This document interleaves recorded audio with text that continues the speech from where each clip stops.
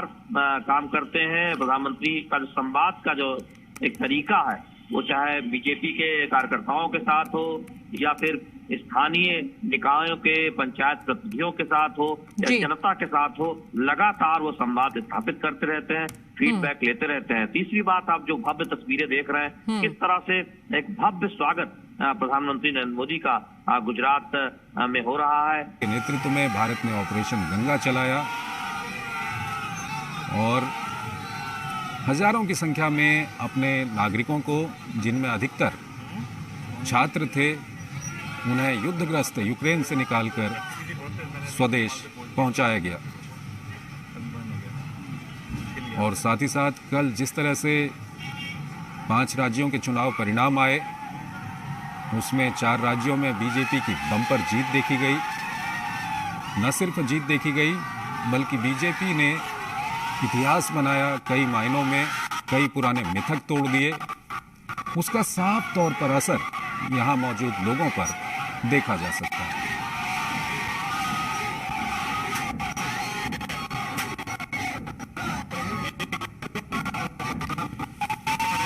सीधे दृश्य हम आपको दिखा रहे हैं गुजरात के गांधीनगर से, जहां प्रधानमंत्री नरेंद्र मोदी अपने 2 दिवसीय गुजरात दौरे के लिए अभी कुछ ही देर पहले,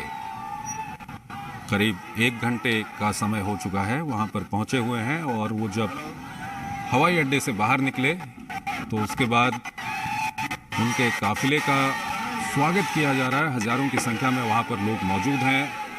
प्रधानमंत्री का वहां पर स्वागत किया जा रहा है। प्रधानमंत्री भी लोगों का अभिवादन स्वीकार कर रहे हैं।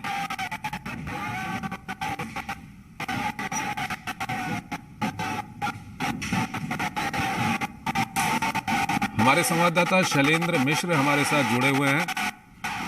शैलेंद्र, प्रधानमंत्री की गुजरात यात्रा, 2 दिन की इस यात्रा का आगाज जो हम देख रहे हैं, जिस तरह का उत्साह वहां पर लोगों में देख रहे हैं, जिस तरह की खुशी बीजेपी के कार्यकर्ताओं में देख रहे हैं, ये खुशी जो कल चुनाव परिणाम आए हैं, उसके बाद ये खुशी कई गुना बढ़ गई है। निश्चित तौर पर हम उस उत्साह को देख रहे हैं। जब हमने देखा प्रधानमंत्री गुजरात पहुंचे और उसके बाद जब बीजेपी मुख्यालय में जिस तरह से उत्साह का माहौल रहा और तमाम कार्यकर्ता स्वागत करते नजर आए, अभिवादन करते नजर आए, और साथ ही साथ ये उत्साह दिखाता है कि प्रधानमंत्री नरेंद्र मोदी सीधे तौर पर बीजेपी कार्यकर्ताओं और आम जनता से जुड़े रहते हैं, लगातार संवाद करते रहते हैं। और चूंकि आज प्रधानमंत्री नरेंद्र मोदी का ये दौरा ठीक 1 दिन बाद हो रहा है, जब बीजेपी को 5 राज्यों में हुए चुनाव में 4 राज्यों में प्रचंड जीत हासिल हुई, तो निश्चित तौर पर उसका एक सकारात्मक असर पड़ता है, उसका एक मनोवैज्ञानिक असर पड़ता है, न केवल बड़े नेताओं पर बल्कि स्थानीय स्तर पर कार्यकर्ताओं पर। और वो पार्टी जो कार्यकर्ताओं की पार्टी कही जाती है, वो पार्टी जिसमें कार्यकर्ताओं के मेहनत पर सबसे ज्यादा जोर देने की बात कही जाती है, उस पार्टी में हम देखते हैं कि कार्यकर्ताओं को सम्मान देने के, उनके मेहनत को स्वीकार करने का काम राष्ट्रीय स्तर पर बीजेपी के नेता करते रहते हैं। और अब जब प्रधानमंत्री आज गुजरात पहुंचे हैं, तो हम देख रहे हैं कि कार्यकर्ता उत्साहित है, आम जनता उत्साहित है। और जो तस्वीरें हम देख रहे हैं गांधीनगर में, सड़कों के दोनों तरफ जिस तरह से हाथ हिलाते हुए कार्यकर्ता प्रधानमंत्री नरेंद्र मोदी का स्वागत करते हुए, प्रधानमंत्री उस अभिवादन को स्वीकार करते हुए, जनता के अभिवादन करते हुए, जनता का अभिवादन करते हुए, दरअसल ये दृश्य ये दिखाता है कि प्रधानमंत्री नरेंद्र मोदी लगातार संवाद करते हैं, लगातार अलग अलग माध्यमों से न केवल आम जनता से बल्कि बीजेपी कार्यकर्ताओं से भी संवाद करते रहते हैं। और आज का ये दौरा और ये तस्वीरें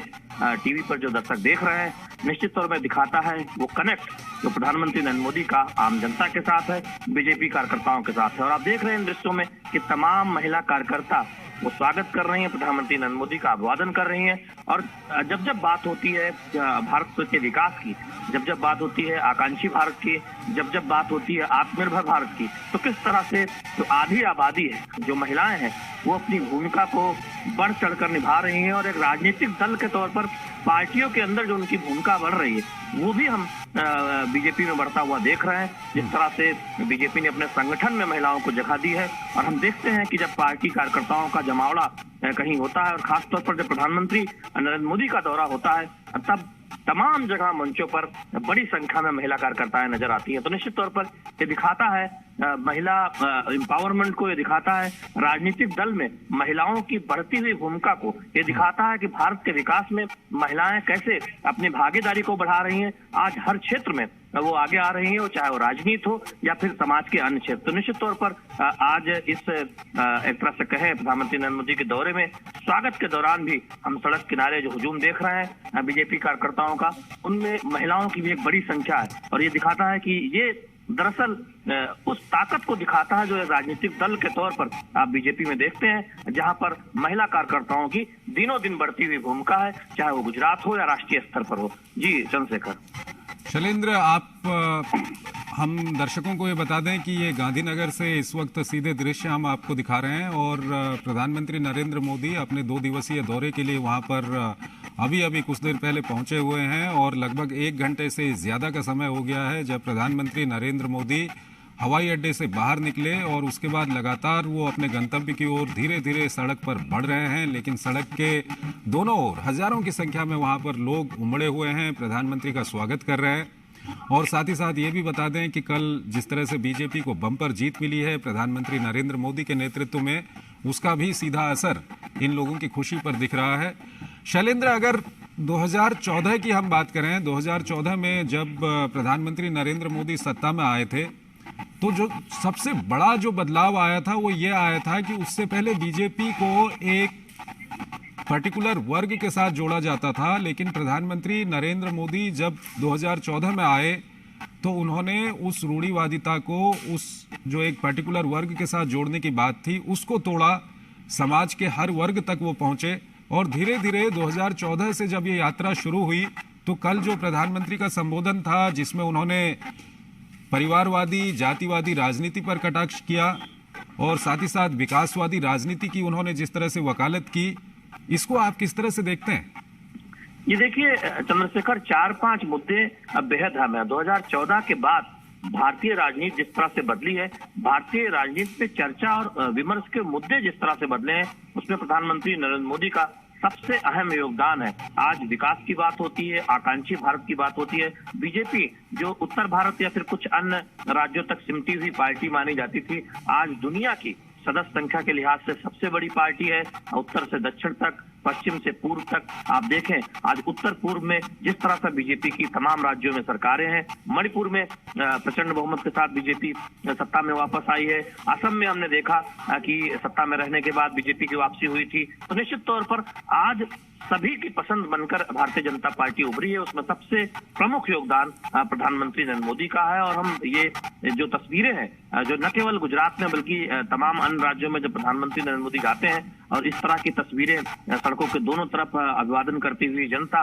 अभिवादन करते हुए बीजेपी के कार्यकर्ता दिखाई देते हैं, ये बताती है कि किस तरह से बीजेपी को मजबूत बनाने में प्रधानमंत्री नरेंद्र मोदी ने सरकार की कल्याणकारी योजनाओं के जरिए पहले गुजरात में मुख्यमंत्री के तौर पर और उसके बाद प्रधानमंत्री के तौर पर 2014 के बाद राष्ट्रीय स्तर पर पार्टी को मजबूत करने का काम किया है। लेकिन एक बात और है, आप देखें कि अगर राजनीतिक विमर्श की बात होती है चंद्रशेखर, तो निश्चित तौर पर उन मुद्दों की बात होगी जो 2014 से पहले केंद्र में रहा करते थे या 2014 के बाद अब केंद्र में आए हैं। प्रधानमंत्री नरेंद्र मोदी के प्रयासों के बाद, उनकी सरकार की कल्याणकारी योजनाओं के बाद आज चर्चा होती है महिला एम्पावरमेंट की, महिला की भागीदारी की, महिलाओं को हर क्षेत्र में आगे लाने की, और महिलाओं को एक सिर्फ वोट बैंक के तौर पर न देखकर बल्कि किस तरह से उनके जीवन को बेहतर किया जा सकता है उस पर काम करने की जो एक कार्यशैली दिखी है, जो काम दिखा है 2014 के बाद, और हमने देखा है कि उसका फायदा भारतीय जनता पार्टी को चुनाव दर चुनाव मिलता रहा है।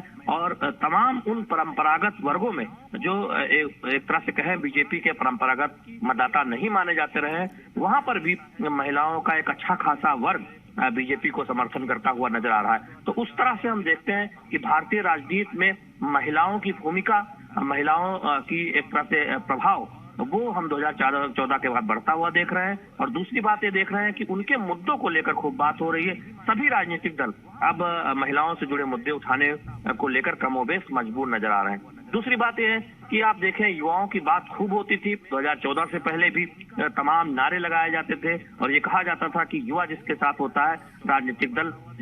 वही राजनीतिक दल मजबूत होता है, जिसके साथ युवा होते हैं उसी को सत्ता मिलती है। लेकिन युवाओं के जो मूल मुद्दे थे, जो मूलभूत जरूरतें थी, वो कैसे पूरी हो, उस पर बहुत कम चर्चा होती थी। यानी युवाओं का इस्तेमाल राजनीतिक दल करते थे, सत्ता में आने के बाद नेता करते थे, लेकिन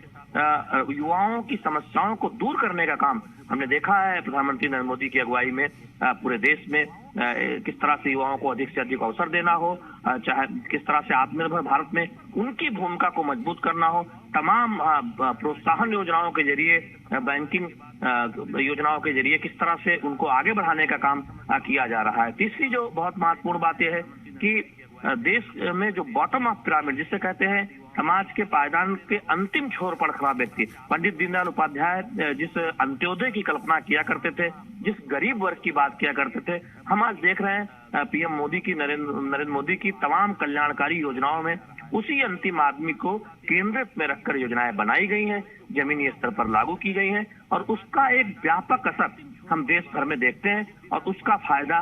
देखते हैं कि हो रहा है सभी वर्गों को। जब किसी गरीब घर में शौचालय मिलता है, किसी महिला को बाहर नहीं जाना पड़ता, जब उसे धुआं से मुक्ति मिलती है, जब बेघर को आवास मिलता है, जब छोटे छोटे कस्बों में, शहरों में जो व्यवस्थाएं हैं, चाहे वो गलियों में नाली बनने की बात हो या सोलर लाइटिंग की बात हो या शहर को साफ सुथरा बनाने की बात हो, जब वो व्यवस्थाएं होते हुए देखते हैं तब हम उस जीवन स्तर को बेहतर होता हुआ देखते हैं, जिससे सबसे ज्यादा फायदा उस गरीब वर्ग को मिलता है। क्योंकि आप देखें, जो संपन्न है, जो साधन संपन्न है, वो बेहतर इलाकों में रह सकते हैं, वो उनके पास चयन की स्वतंत्रता है, लेकिन गरीब वर्ग के पास ये अवसर नहीं होता। और ऐसे में जब विकास केंद्रित होकर छोटे छोटे शहरों में, कस्बों में नियोजित तरीके से प्लान बनाकर विकास किया जाता है, तो उसका फायदा सबसे ज्यादा समाज में गरीब लोगों को मिलता है और वो हम एक बहुत बड़ा बदलाव होता हुआ देख रहे हैं कल्याणकारी योजनाओं के जरिए। इसके साथ ही साथ राजनीति में सेवा भाव को किस तरह से आगे रखा जाए, इस बात को प्रधानमंत्री नरेंद्र मोदी लगातार फोकस करते रहते हैं, इस पर ध्यान देते रहते हैं। तो हमने देखा कि कोरोना काल के दौरान जो चुनौतियां जिसका सामना पूरे देश ने मिलकर किया, एक राजनीतिक दल के तौर पर बीजेपी कार्यकर्ताओं ने सरकार की योजनाओं, सरकार के प्रयासों के साथ कंधा से कंधा मिलाकर आगे बढ़ने का काम किया। और ये बहुत आसान नहीं होता जब पार्टी कार्यकर्ताओं को प्रोत्साहित करना होता है, उन्हें निर्देशित करना होता है, उन्हें ऊर्जावान बनाए रखना होता है कि जनता की कठिन चुनौतियों में जनता का साथ दे। और हमने देखा कि बहुत सारे बीजेपी के कार्यकर्ता देश भर में जनता को राहत पहुंचाने के काम में नजर आए। और बीजेपी ने ये कहा भी, जेपी नड्डा बीजेपी के राष्ट्रीय अध्यक्ष ने कई बार इस बात को कहा भी कि जहां एक तरफ दूसरे विरोधी दल के नेता सिर्फ ट्वीट तक सीमित है, सिर्फ ट्वीट कर रहे हैं, जनता में भ्रम फैलाने का काम कर रहे हैं, वहीं बीजेपी के लाखों कार्यकर्ता कोरोना के इस कठिन चुनौतियों में जनता को राहत पहुंचाने में लगे हैं। तो एक राजनीतिक दल के तौर पर जनता का भरोसा बढ़ता है जब उसका शीर्ष नेतृत्व लगातार दरिद्र नारायण गरीब की चिंता करता है, आम आदमी की चिंता करता है, समाज के अंतिम पायदान पर खड़े व्यक्ति की चिंता करता है और उस पार्टी के कार्यकर्ता कठिन समय में, कठिन चुनौतियों में साथ खड़े होते हैं जनता के साथ। ठीक है शैलेंद्र, मैं फिर आपको वहीं 2014 से जो यात्रा शुरू होती है उसी ओर आपका ध्यान दिलाना चाहूँगा। अगर राष्ट्रीय स्तर पर प्रधानमंत्री नरेंद्र मोदी बीजेपी के नेता हैं और राष्ट्रीय स्तर पर